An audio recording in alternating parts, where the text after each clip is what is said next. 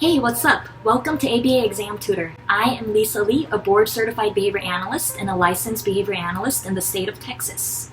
I believe that BCBA study exam materials should not be that expensive and should rather be free for students who are often broke. So for our first topic, I want to go over stimulus control, which is very important, yet also often confusing. I don't know how many of you guys are on the ABA study group on Facebook, but one of the admins named Dr. Celia Hyman is really awesome. And I went to check out her Facebook page and it said peace, love, health, and stimulus control. What is stimulus control and why is it so important? Well, in order to understand stimulus control, you need to understand the two types of main stimuli. The first one is an SD. I'm not sure how many of you guys use Catalyst for taking electronic data, but I know on top of the goal, there's a section where it says SD and it gives the instruction. Let's say it's a listener responding instruction of clap your hands. So why does it say SD as the instruction? Before we get back to this, I want to talk about the definition of an SD, also known as a discriminative stimulus, by the way. It means that it's a stimulus that signals the availability of reinforcement. What does that mean? Well, maybe I can help walk you through an example. Let's say you find chocolate chip cookies reinforcing. And let's say you come home and in your living room, there's a big glass jar that's clear and you can see all the chocolate chip cookies inside. Is that jar with cookies in it signaling that your reinforcement of chocolate chip cookies is available? Yes, it is. So let me give you another example. During coronavirus right now, bars aren't really open. When I used to study before becoming a BCBA, I enjoyed going to bars and drinking, and I often missed that. Well, when I drive by the town and see a bar that says the open sign, is that signaling that the atmosphere of the bar and socializing and drinks is available? Yes, it is. So that open sign to the bar, or it could be a restaurant, it could be a Lowe's. The open sign is an SD if it's reinforcing to you, the store. Well, here's another example.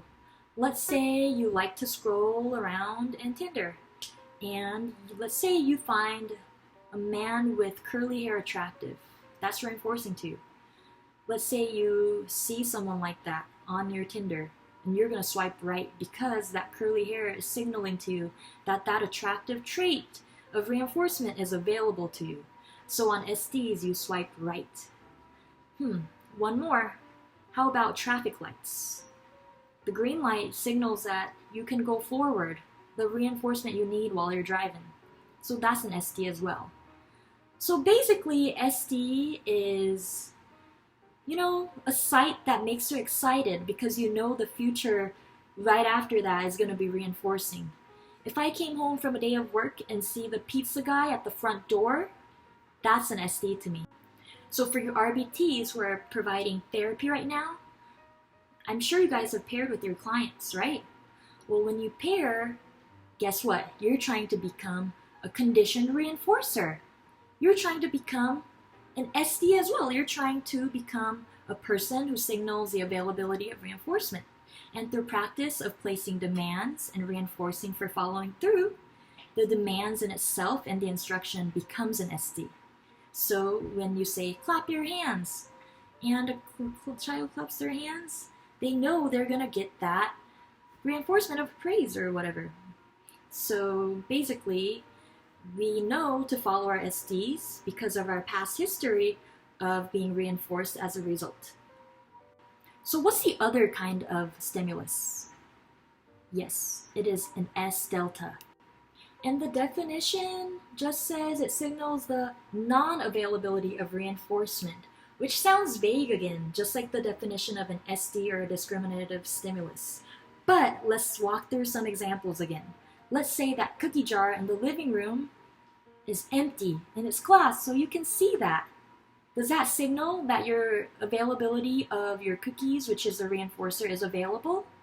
I don't think so. That's an S delta right there. Let's go to the bar example. The bar is closed, the closed sign. That's signaling that the availability of reinforcement for me of drinking at a bar is not available. So that's an S delta. When it comes to Tinder, we swipe right on SDs. Let's say you're not into a dude who has a mustache and you see someone with a mustache on. You see that your availability of reinforcement of that curly hair is not there, but the mustache is there instead. That's an S delta, so you swipe left. You're right, so you swipe right on SDs and left on S deltas. That kind of helps some people memorize it, I hope. Now let's go to the last example we did last time, the green light. Well, the S delta is a red light. It means that you can't go, that availability of reinforcement of going is not available. So what is stimulus control? Do we always think, oh, that's a green light, that means availability of going is available and I can go, and there's a red light, so the availability isn't available, so I can't go? Do we think through all that? If we did, could we live in a functional society without that many accidents? I don't think so. It's kind of automatic. Do you know why? It's because we are under the stimulus control of the traffic light. So let's go to the definition of stimulus control. It means you act upon SDs and you don't act on S deltas. It's just kind of automatic because of our history of reinforcement or non-reinforcement or punishment or whatever is not there. So that's what stimulus control means. I hope this makes sense. I mean, same with the cookies. I honestly don't think when I see cookies, I just walk over there and eat one because it's an SD. But if I see the cookie jar is empty, I just don't even walk there because it's an S delta. I am under the stimulus control. Same with if I were to go on Tinder, I don't think about all the, reinforcement. I just kind of swipe right, left really quickly, I'm sure I would. And also, when it comes to a bar, I go to the SD when it's open, I go. When it's closed, I don't go. I am under the stimulus control of the signs. I'm also under the stimulus control of a bunch of things. All the road signs on the roads are basically SDs and S deltas. And they kind of help me choose what I have to do based on my previous learning history of the consequences. I've learned how to do it. I've learned what to follow and not. So SDs and S deltas help us act. And that's what stimulus control is all about. So that's about it for my stimulus control explanation, but in the next episode, I'm going to throw in motivating operations to the equation, and we're going to figure out how behavior change happens more in depth. So also please leave in the comments if you don't understand stimulus control yet. I can go into more in depth. So just let me know, and thank you for watching my first video.